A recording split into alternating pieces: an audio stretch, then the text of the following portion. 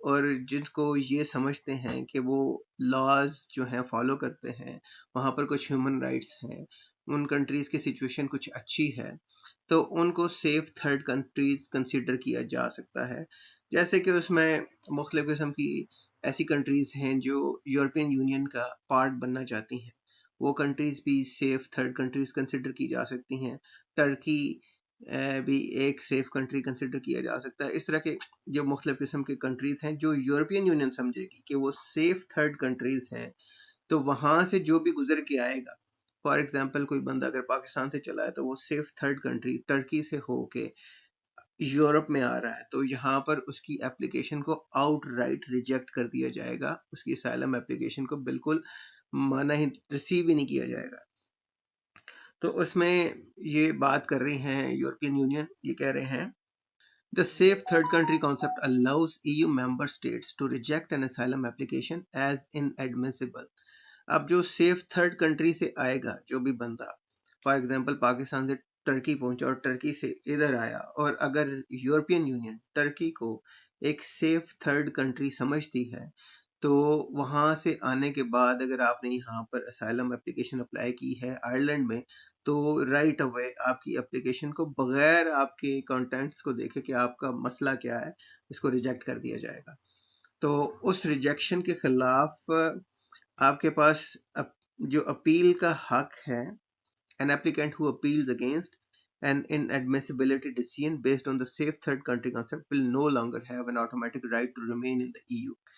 اب اگر آپ نے ٹرکی کراس کیا اور آپ آئرلینڈ آ گئے، اور آئرلینڈ آنے کے بعد آپ نے اسائلم کی اپلیکیشن دی، لیکن آپ کی اپلیکیشن انہوں نے سیف تھرڈ کنٹری سے آنے کی وجہ سے ریجیکٹ کر دی، تو آپ جب اپیل کریں گے تو اپیل کے دوران آپ ای یو میں نہیں رہ سکتے، آپ کو ای یو سے جانا پڑے گا واپس ٹرکی.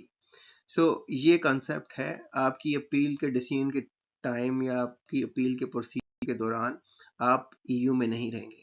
اب بھی تو یہ پروسیجر ہے کہ اگر آپ آئرلینڈ آ گئے ہیں یا کسی بھی یورپین یونین کی کنٹری میں آ گئے ہیں، تو یہاں پر آنے کے بعد فرسٹ آف آل جب آپ اسائلم کے لیے اپلائی کرتے ہیں تو پہلے تو آپ کے کانٹینٹس کو دیکھا جاتا ہے. پھر جب آپ کی اپیل ہوتی ہے، اگر آپ کی اپلیکیشن ڈسمس ہو جائے، ریجیکٹ ہو جائے، تو پھر آپ اس اپیل میں جاتے ہیں. تو اس سارے ٹائم کے دوران آپ یورپین یونین میں ہی رہ رہے ہوتے ہیں، آپ کنٹری میں ہوتے ہیں، موجود ہوتے ہیں، جبکہ آپ کی اپلیکیشن جو ہے اس کا پروسیس چل رہا ہوتا ہے، اور اس دوران میں آپ کام بھی کر رہے ہیں، آپ کے پاس ورک پرمیشن بھی ہے. تو یہ ساری چیزیں ختم ہو جائیں گی جب آپ سیف تھرڈ کنٹری سے ہو کے آتے ہیں.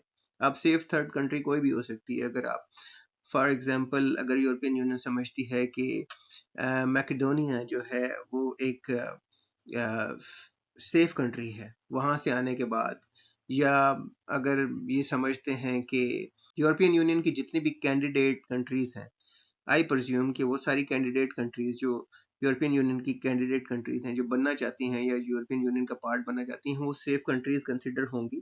اور وہاں سے جو بھی گزر کے آئے گا، اگر آپ وہاں سے ٹرانزٹ کر کے آتے ہیں، یہاں لکھا ہوا ہے، تو پھر آپ کی اپلیکیشن اسائلم کی آؤٹ رائٹ ریجیکٹ کر دی جائے گی بغیر کانٹینٹس کو اسیس کیے. اور اگر آپ اس کے خلاف اپیل کرتے ہیں تو آپ کو اپیل کے پروسیس کے دوران واپس اس سیف تھرڈ کنٹری میں بھیج دیا جائے گا. اچھا، یہ تو سیف تھرڈ کنٹری ہے، لائک آپ نے ایک سیف کنٹری سے ہو کے آئے ہیں، تو اس کے حوالے سے یہ کہہ رہے ہیں کہ جی سیف کنٹریز میں آپ کو واپس بھیجا جائے گا. اب جو سیف تھرڈ ورلڈ کنٹریز ہیں، سیف کنٹریز آف اوریجن ہے، جو سیف کنٹریز آف اوریجن ہیں، جن کو پورے یونین نے اب مان لیا ہے کہ وہ سیف کنٹریز آف اوریجن ہے، کہ وہاں سے جو آنے والے اسائلم سیکرز ہیں ان کا پروسیس جو ہے ایکسپیڈائٹ کیا جائے گا، اس کو جلدی کیا جائے گا، اس کو جلد از جلد مکمل کیا جائے گا. اور آٹومیٹک پرزمپشن یہ ہوگی ان کے حوالے سے کہ ان کو کوئی خطرہ نہیں. اور اس کے حوالے سے بتانا کہ اگر آپ سیف کنٹری آف اوریجن وہ ہوتا ہے کہ جہاں سے اسائلم سیکر چلا ہے یا جہاں سے آیا ہے، بیسیکلی جہاں سے وہ بلانگ کرتا ہے، تو اس کا جو اپنا کنٹری ہے جہاں سے وہ بیسیکلی چلا تھا، جہاں پہ وہ جس کا وہ نیشنل تھا، وہ اگر سیف کنٹری آف اوریجن ہے اکارڈنگ ٹو ای یو، تو کا پروسیس جو ہے وہ ایکسپیڈائٹ کیا جائے گا.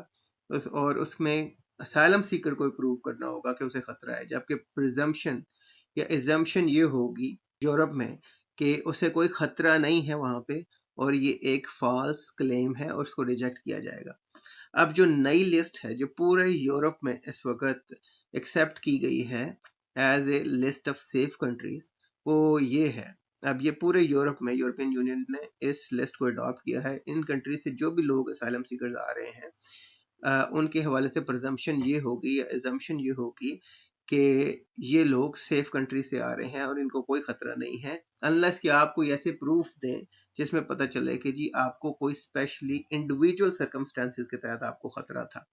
اب وہ کنٹریز کون سے ہیں؟ ان میں بنگلہ دیش ہے، ان میں کولمبیا ہے، ان میں ایجپٹ ہے، انڈیا ہے، کوسوو ہے، موراکو اور ٹونیشیا۔ ان کنٹری سے بہت سارے اسائلم سیکرز آتے ہیں۔ تو اب پورے یورپ نے یہ فیصلہ کیا ہے کہ ان کنٹریز سے جو بھی لوگ آئیں گے ان کی اپلیکیشن ایز اے ایزمپشن کہ وہ سیف کنٹری سے آ رہے ہیں، اپلیکیشن کو ریجیکٹ کیا جائے گا۔ اچھا، یہ تو ہو گئی تھوڑی سی بات سیف تھرڈ کنٹریز اور سیف کنٹریز آف اوریجن کے حوالے سے۔ اب دوسری جو چیز اڈاپٹ کی گئی، جو دوسری جو پرپوزل ایکسیپٹ کی گئی یورپین کونسل میں، وہ ہے ایک سنگل پروسیجر جو ریٹرنز کا ہے، یعنی کہ ڈپورٹیشنز کے حوالے سے پوری یورپین یونین نے ایک ریٹرنز کا جو اسائلم سیکرز کی ڈپورٹیشن کا پروسیجر ہے وہ یونیفائڈ کرنے کی کوشش کی ہے۔ اب اس پروسیجر میں انہوں نے کیا کیا ہے اور اس کی کیا کیا ٹرمز اینڈ کنڈیشنز ہیں۔ ایک تو یہ کہ جن کو ڈپورٹیشن آرڈر دیا جائے گا ان پہ ایک تو سختیاں کی جائیں گی۔ سب سے پہلے تو ان کے سارے بینیفٹس لے لیے جائیں گے، وہ تو خیر پہلے بھی ہوتا ہے۔ اب کرمنل سینکشنز بھی لگائی جا سکتی ہیں، یعنی کہ پکڑ کے اریسٹ کر کے امپریزنمنٹ بھی کی جا سکتی ہے، اور وہ بھی لانگر امپریزنمنٹ ہو سکتی ہے، یعنی کہ جیل میں بھی ڈال سکتے ہیں اور زیادہ لمبے عرصے کے لیے ڈال سکتے ہیں۔ اچھا، اب انہوں نے یہاں پر ایک نئی چیز انٹروڈیوس کروائی ہے، ریٹرن ہبس۔ اب ریٹرن ہبس وہ ہیں جہاں پر یہ سمجھتے ہیں کہ کچھ ایسے کنٹریز جو سیف ہیں، جو پھر بھی یورپین یونین میں نہیں ہیں، جیسے میں نے آپ کو بتایا کہ سیف تھرڈ کنٹریز پرابلی وہی ہوں گے، وہاں پر ریٹرن ہبس بنائے جائیں گے۔ ریٹرن ہبس کیا ہوں گے کہ وہاں پر اسائلم سیکر کی اپلیکیشن کو پروسیس کرنے کے لیے اسائلم سیکر کو ان ریٹرن ہبس یا ان کنٹریز میں بھیجا جا سکتا ہے جہاں پر وہ جائیں گے اور ان کی اپلیکیشن کو پروسیس کیا جائے گا out of E U, European union سے باہر۔ اور یا پھر وہ ریٹرن ہب جو ہیں، وہ کنٹری جو ہے، یا وہ ان اسائلم سیکرز کو لیں گے اور ان کا پروسیس کریں گے آؤٹ آف ای یو، یا پھر وہ ان اسائلم سیکرز کو لیں گے اور ان کو واپس کنٹری آف اوریجن میں جہاں سے وہ آئے تھے وہاں پر ان کو ڈپورٹ کیا جائے گا۔ اب یہ ایک نئی چیز آ رہی ہے، انیبلنگ ریٹرن ہبس۔ اب دیکھیں اس کا کیا ایفیکٹ بنتا ہے۔ پھر دوسرا یہ کہ اسپیشل میئرز یہ کہنا چاہ رہے ہیں کہ جو لوگ ہیں جو سمجھے جاتے ہیں، جو خطرہ سمجھے جائیں گے نیشنل لیول پہ، یورپین لیول پہ، جو لوگ سیکیورٹی رسک سمجھے جائیں گے، ان کو جو رائٹ اوے ان کی انٹری بین کی جا سکتی ہے۔ ٹھیک ہے، جیسے میں نے بتایا ان کی انٹری لانگر ہو سکتی ہے، انٹری بین جو ہے وہ 10 سال سے لانگر ہو سکتا ہے، انڈیفینٹ بین بھی لگ سکتا ہے، اور ان کو قید بھی کیا جا سکتا ہے۔ یہ ایک اور چیز انہوں نے کی ہے، خیر یہ پہلے بھی تھی لیکن شاید انہوں نے تھوڑا سا اس کو سخت کرنے کی کوشش کی ہے۔ اب یہ امپورٹنٹ چیز ہے، یہ دو جو پیراگراف آپ کو نظر آ رہے ہیں، mutual recognition of return decision اور یورپین ریٹرن آرڈر، اب یہ سملر ہی چیز ہے۔ اب یہ ہے کہ ایک تو اگر کسی بھی یورپین یونین کی کنٹری میں جب ایک ڈپورٹیشن آرڈر ایشو ہو گیا ہے تو وہ ڈپورٹیشن آرڈر جو ہے وہ پورے یورپ میں ریکگنائز کیا جائے گا۔